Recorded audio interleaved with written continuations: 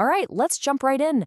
Today, we are breaking down the brand new 2025 ACG guidelines for ulcerative colitis. If you're a trainee, this is your high-yield guide, everything you need to know for the next time you see a patient with UC. So, just to set the stage, check out this number. We're talking about over 1.2 million people in the United States alone living with ulcerative colitis. This is not some rare, obscure disease. You are absolutely going to see this in your clinic and on the wards, which makes knowing these new guidelines inside and out so important. Here's our game plan. We're going to walk through this just like you would with a real patient. We'll start with the basics, then get into the nitty-gritty of diagnosis and the new treatment goals. From there, we'll cover management for everyone, from your stable outpatient to your sickest patient in the ICU. Okay, first up, Section 1. Let's do a quick and dirty primer on what ulcerative colitis actually is. So let's unpack this definition. The key words to lock onto are chronic and idiopathic. Chronic tells you we're in this for the long haul. It's about management, not a cure. And idiopathic means we don't know the exact cause. But that last part is key. It starts in the rectum and spreads up continuously. That's a classic feature that helps you tell it apart from other things like Crohn's disease. All right, Section 2. This is where the rubber meets the road. How do we lock in the diagnosis? And, this is a big one, what are we actually trying to achieve with our treatments in 2025? Okay. Picture this. You have a patient in front of you with the classic story, bloody diarrhea, urgency, the whole 9 yards. So, what's your next move? What does the new guideline say is the right way to work this up and confirm you're dealing with UC? And here's your playbook. It's a simple, logical flow. First, the symptoms make you suspicious. Second, and this is non-negotiable, you have to rule out infection. That means getting a stool test for C. diff before you do anything else. Then, once that's clear, you move to colonoscopy with biopsies to get that final, definitive confirmation. Now, I love this slide because it's so direct. It gives you a crystal clear, do this, not that. The guidelines give a strong recommendation for C. diff testing, but just to strongly recommend against ordering serologic antibody tests like PANCA for diagnosis. Why? Because they're just not reliable enough. So, for you as a trainee, the takeaway is simple. Order the stool study, skip the antibody panel.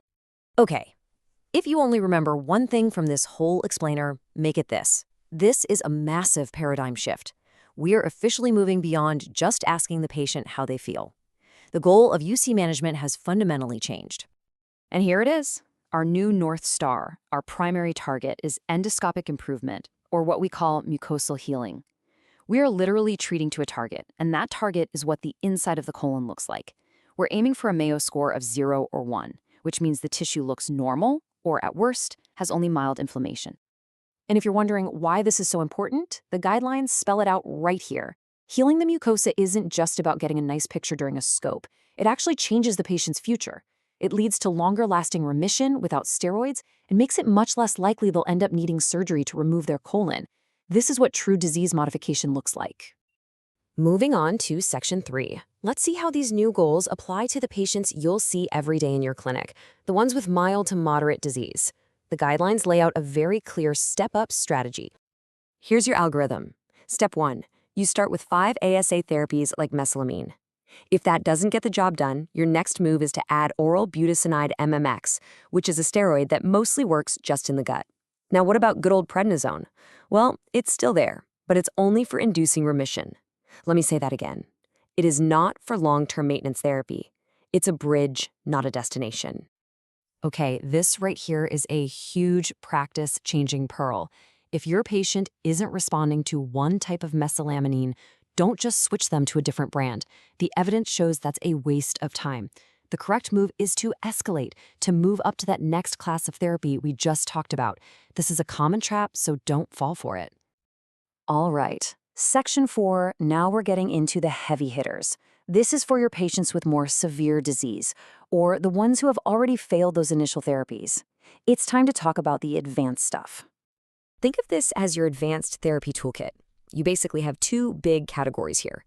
You've got the biologics. These are proteins given by IV infusion or injection, and then you have the oral small molecules, which, you guessed it, are pills. Knowing these different classes is absolutely essential for having a good conversation with your patient about their options. Now, the guidelines don't often play favorites, but here's an exception. Within that first class, the anti-TNFs, they give a specific, strong recommendation. They single out infliximab as the preferred option. And that's because there's just a mountain of evidence showing how well it works to get people into remission and achieve that mucosal healing we're aiming for. And finally, Section 5. Let's talk about our sickest patients, the ones admitted to the hospital with acute, severe ulcerative colitis. This is a true medical emergency, and you need to act fast and follow a very specific protocol. These are your minute one, day one orders. The patient hits the floor and you do all of this. Admit them. Rule out C. diff immediately. Start DVT prophylaxis because they're at a super high risk for blood clots. Get the IV steroids going. And, just as important, stop any meds that could be making things worse and get surgery on board from day one. Now listen up, because this timeline is absolutely critical. The second you start those IV steroids, a clock starts ticking. By day 3, you have to formally assess their response using objective things like how often they're going to the bathroom and their CRP level. If they're not getting better, you pull the trigger on rescue therapy. You do not wait. The old days of waiting until day 5 or 7 are over. So what is rescue therapy? Well, if IV steroids fail, you have 2 main evidence-backed options, infliximab or cyclosporin. The guidelines are clear that both work, so which one do you pick? It really comes down to what your hospital and your team are most comfortable with. Infliximab is often more common and makes for an easier transition to long-term treatment, but cyclosporin is a powerful option in centers that know how to use it. Okay, let's wrap this all up. If you're going to take 5 points with you to the clinic tomorrow, these are it. 1, diagnose the right way. Scope and biopsy after you rule out infection. 2, treat to target. Aim for that healed mucosa. 3, follow the step-up plan for mild disease. 4, for your sick hospitalized patients, that day 3 decision point is everything. And 5, don't be afraid to get surgery involved early. It's not a failure, it's a crucial treatment. After everything we've talked about, the answer to this question is a definite, resounding yes. This isn't just about putting a Band-Aid on symptoms anymore. The focus on endoscopic healing, on escalating to effective therapy sooner, and on acting decisively in the hospital, it's all about changing the entire future for our patients. It's about preventing disability, avoiding surgery, and truly giving them their quality of life back. And that, right there, is an incredible leap forward.